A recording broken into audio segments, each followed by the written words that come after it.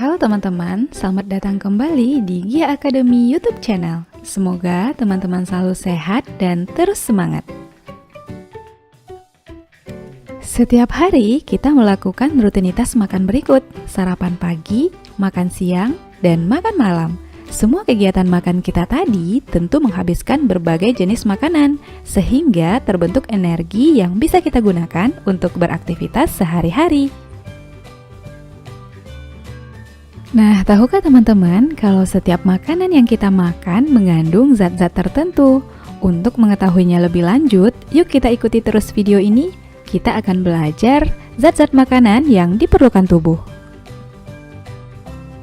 Pada dasarnya, kita harus memenuhi kebutuhan energi kita dengan mengkonsumsi makanan. Zat-zat yang terkandung dalam makanan kita tadi berdasarkan jumlah kebutuhannya bagi tubuh dikelompokkan menjadi dua, yaitu zat makanan makro dan zat makanan mikro. Zat makanan makro yaitu zat makanan yang diperlukan tubuh dalam jumlah yang besar, antara lain berupa karbohidrat, protein, lemak, dan air. Zat makanan mikro adalah zat makanan yang diperlukan tubuh dalam jumlah sedikit, seperti vitamin dan mineral.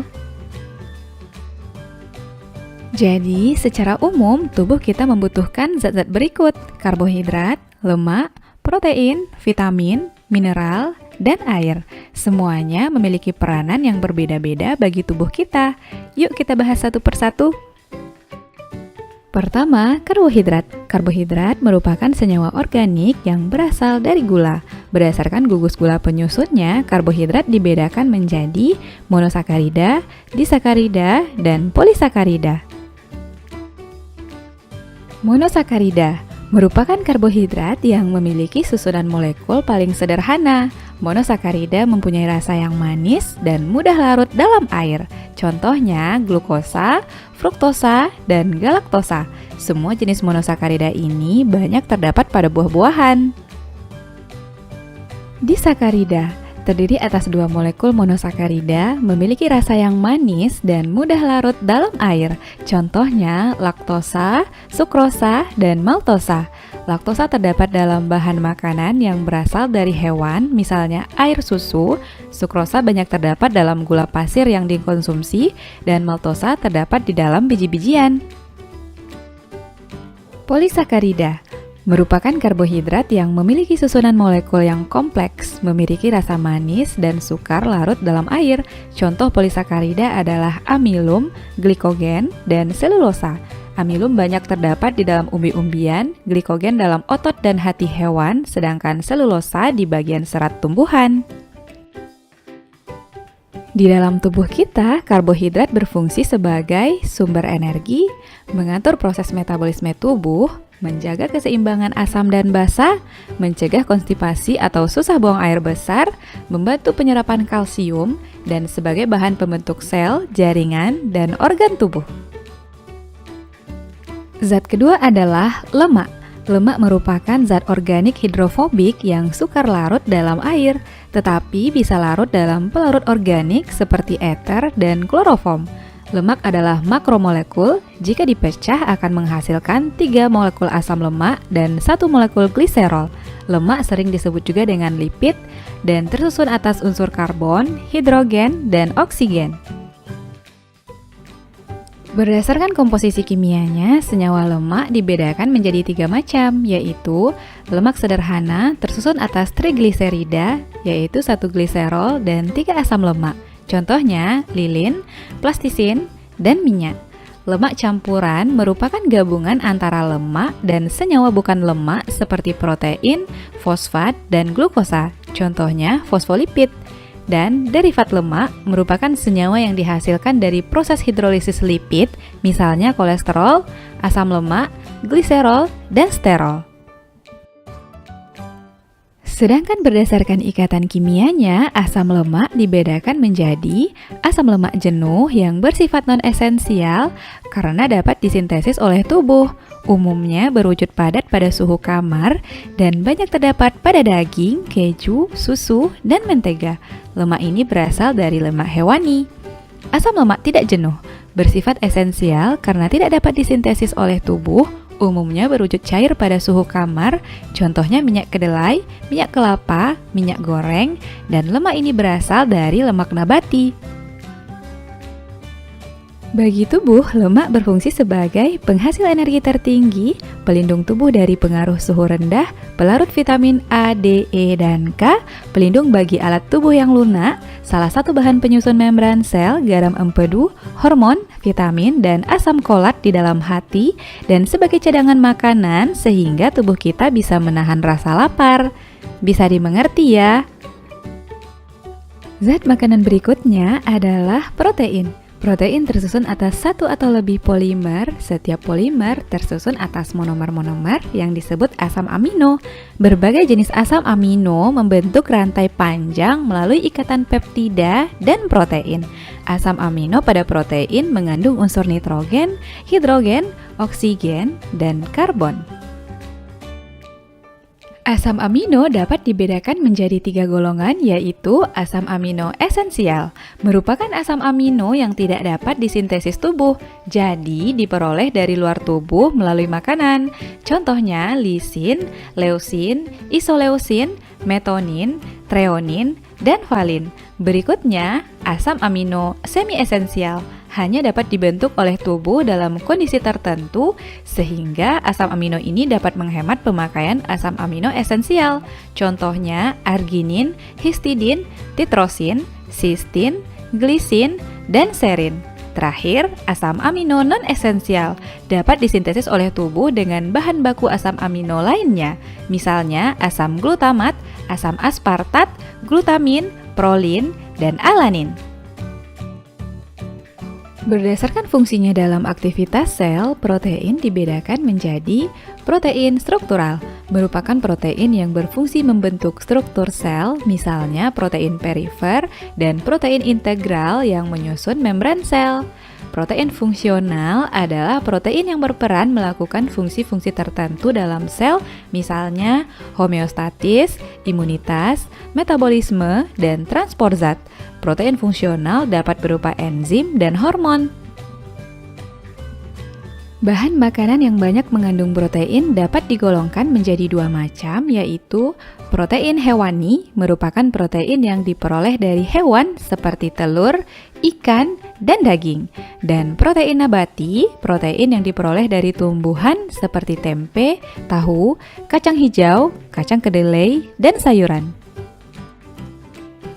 Protein memiliki fungsi-fungsi berikut: menyediakan energi bagi tubuh, memperbaiki dan memelihara jaringan tubuh, menyintesis zat-zat penting seperti hormon, enzim, antibodi, dan kromosom, mendorong pertumbuhan, pembangunan, dan pemeliharaan struktur tubuh, menyeimbangkan cairan di dalam tubuh, dan berperan dalam sistem buffer atau penyangga pH yang efektif.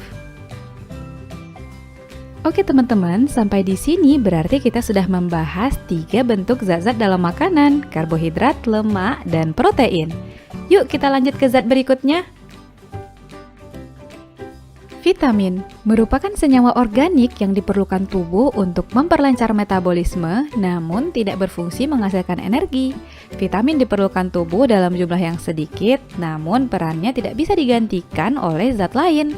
Kekurangan vitamin di dalam tubuh kita disebut dengan avitaminosis. Nah teman-teman, inilah jenis vitamin secara umum. Vitamin A, B, C, D, E, dan vitamin K. Semua jenis vitamin tadi dapat dikelompokkan menjadi vitamin yang larut dalam air dan vitamin yang larut di dalam lemak. Vitamin yang larut di dalam air terdiri dari vitamin B1 banyak terdapat di hati, daging, dan biji-bijian. Vitamin ini berfungsi untuk proses metabolisme karbohidrat. Selanjutnya, vitamin B2, B3, B6, B12, dan vitamin C yang banyak terdapat di dalam jeruk, tomat, kentang, dan sayur. Vitamin ini berperan penting dalam pembentukan tulang. Sedangkan vitamin yang larut dalam lemak berupa vitamin A A yang terdapat dalam buah, sayur, susu, dan hati yang berguna untuk kesehatan kulit dan mata. Vitamin D banyak terdapat dalam susu, minyak ikan, dan telur yang berperan penting dalam penyerapan kalsium. Vitamin E terdapat di dalam daging, sayur, dan biji-bijian berfungsi untuk memelihara kesehatan sel darah merah. Dan vitamin K yang ada pada semua sayuran hijau mendorong produksi aglutinogen pada darah untuk proses pengumpalan darah. Zat makanan berikutnya adalah mineral. Mineral merupakan substansi anorganik yang biasanya ditemukan dalam bentuk ion. Mineral tidak mengalami proses pencernaan karena mineral bersifat mudah larut dalam air sehingga mudah diserap oleh concat usus halus. Mineral dibutuhkan oleh tubuh dalam jumlah yang sedikit, namun jika tubuh kekurangan garam mineral tertentu dapat mengakibatkan penyakit defisiensi. Inilah bentuk-bentuk mineral yang terkandung dalam berbagai makanan. Dan berikut jenis-jenis mineral, sumber, dan fungsinya. Kalsium, fosfor, sulfur, kalium, natrium, magnesium, besi, seng, tembaga, dan mangan.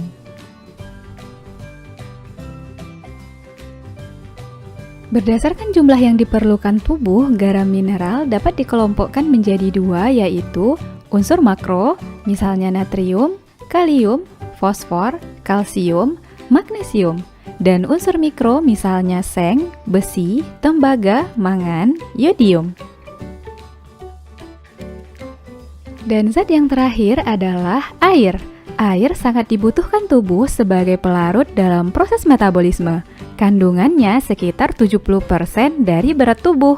Tubuh kita memerlukan kurang lebih 2,5 liter air setiap harinya untuk mengganti cairan tubuh yang hilang dalam bentuk keringat dan urin. Keseimbangan air dalam tubuh diatur oleh beberapa kelenjar hormon, misalnya kelenjar hipofisis, anak ginjal, dan kelenjar tiroid. Dan kebutuhan air dalam tubuh dapat dipenuhi dari air minum, makanan, buah, dan sayuran. Jika tubuh kita kehilangan cairan secara berlebihan, maka dapat mengakibatkan dehidrasi. Di dalam tubuh kita, air memiliki banyak peranan penting, di antaranya untuk mengatur suhu tubuh, melindungi jaringan dan organ tubuh, membawa oksigen dan nutrisi ke seluruh sel tubuh, mengangkut sisa-sisa metabolisme keluar tubuh, sebagai medium berbagai reaksi kimia di dalam tubuh, dan mengurangi beban kerja ginjal dan hati dengan membuang kotoran keluar dari tubuh.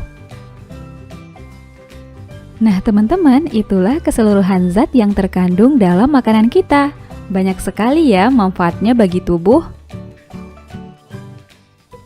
Agar peranan zat makanan tidak terganggu dan dapat berfungsi maksimal, kita perlu menjaga kadarnya di dalam tubuh dengan menghitung jumlah energi yang dihasilkan makanan dan kebutuhan tubuh kita.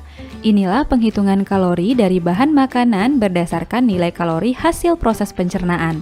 Lemak 9,3 kilokalori per gram, karbohidrat 4,1 kilokalori per gram, dan protein juga 4,1 kilokalori per gram. Kalori juga dapat dihitung berdasarkan berat makanan dan kandungan zat gizinya. Selain menghitung kalori, kita juga dapat menjaga pola makan dengan menu makanan seimbang. Menu makanan seimbang adalah menu makanan yang terdiri atas beraneka ragam makanan dalam jumlah dan proporsi yang sesuai, sehingga memenuhi kebutuhan gizi kita untuk pemeliharaan dan perbaikan sel-sel tubuh dalam proses kehidupan dan perkembangan. Jadi, makanan kita perlu mengandung 6 unsur zat tadi sesuai kadarnya ya. Kecukupan energi setiap orang dapat diketahui dengan menghitung nilai BMI dan BMR. BMI atau Body Mass Index merupakan salah satu cara untuk mencapai kesetimbangan energi dengan memperhatikan berat dan tinggi badan dengan rumus berikut. Berat badan dalam kilogram dibagi nilai kuadrat tinggi badan dalam satuan meter. Nah, setelah mendapat nilai BMI, kita dapat mengetahui golongan berat badan kita berdasarkan tabel berikut. Kemudian BMR atau Basal Metabolic Rate merupakan kebutuhan minimal energi untuk melakukan proses tubuh vital, meliputi mempertahankan tonus otot, sistem peredaran darah, pernafasan, metabolisme sel, dan mempertahankan suhu tubuh. Faktor-faktor yang mempengaruhi BMR antara lain jenis kelamin, umur, berat badan, komposisi tubuh, tingkat kesehatan, suhu lingkungan, suhu tubuh, aktivitas, sekresi hormon, dan status gizi. Ada beberapa cara untuk menghitung BMR, yaitu rumus BMR menurut Harris Benedict dan menurut standar WHO sesuai tabel berikut. Nah, agar teman-teman lebih paham, mari kita coba selesaikan contoh soal berikut. Soal pertama, terdapat beberapa jenis makanan, kita diminta mengurutkan makanan yang menghasilkan energi terbesar. Untuk menjawabnya, kita perlu tahu kandungan kalori yang dihasilkan oleh makanan-makanan tersebut. Nasi merupakan karbohidrat, kandungan kalorinya 4,1 kilokalori per gram. Keju mengandung lemak dengan kalori 9,3 kilokalori per gram. Roti adalah karbohidrat, 4,1 kilokalori per gram. Tempe mengandung protein 4,1 kilokalori per gram. Kuning telur banyak mengandung lemak dengan kalori 9,3 kilokalori per gram dan tahu mengandung protein 4,1 kilokalori per gram. Jadi, makanan dengan energi terbesar adalah keju dan kuning telur. Jawabannya C, 2 dan 5. Soal kedua, diberikan beberapa fungsi mineral, kita diminta menentukan pernyataan yang merupakan fungsi natrium. Sebelumnya, kita sudah membahas beragam fungsi unsur mineral, dan natrium yang dihasilkan garam memiliki fungsi-fungsi berikut: menjaga keseimbangan asam dan basa darah, memelihara keseimbangan cairan dalam tubuh, dan mengatur transmisi rangsangan pada sistem saraf. Jadi, fungsi natrium ditunjukkan oleh nomor 2, 4, dan 5. Jawabannya D. Soal ketiga, diberikan data fisik dan aktivitas Nuri, kita diminta menentukan jumlah energi yang diperlukan Nuri dalam sehari. Untuk menghitungnya, kita perlu tentukan nilai BMR Nuri sebagai perempuan yang berumur 16 tahun berdasarkan tabel menurut Harris Benedict. BMR sama dengan 655 ditambah 9,6 dikali berat badan, ditambah 1,8 kali tinggi badan, dan dikurang 4,7 kali umur. Kita masukkan berat badan Nuri yaitu 58 kg, tinggi 165 cm, dan umur 16 tahun sehingga diperoleh BMR 1433,6 kilokalori. Untuk menghitung energi, kita kalikan BMR dengan pengali kalori berdasarkan aktivitas. Karena Nuri beraktivitas sedang, maka 1433,6 kilokalori kita kali 1,7. Jadi energi yang dibutuhkan Nuri sehari adalah 2437,12 kilokalori. Jawabannya C. Oke teman-teman, berarti di video kali ini kita sudah membahas zat-zat yang terkandung dalam makanan kita. Karbohidrat sebagai sumber energi utama tubuh, lemak sebagai sumber energi cadangan bagi tubuh, protein untuk pertumbuhan dan pembentukan jaringan pada organ tubuh, vitamin yang mengatur sistem metabolisme tubuh, mineral mengatur keseimbangan cairan, asam, basa, dan metabolisme tubuh, dan air mengatur suhu dan menjadi medium reaksi kimia bagi tubuh. Bisa dipahami ya? Demikianlah pembahasan kita tentang zat-zat makanan yang diperlukan tubuh. Jangan lupa tonton terus video-video terbaru di channel kita ya. Sampai jumpa di video berikutnya.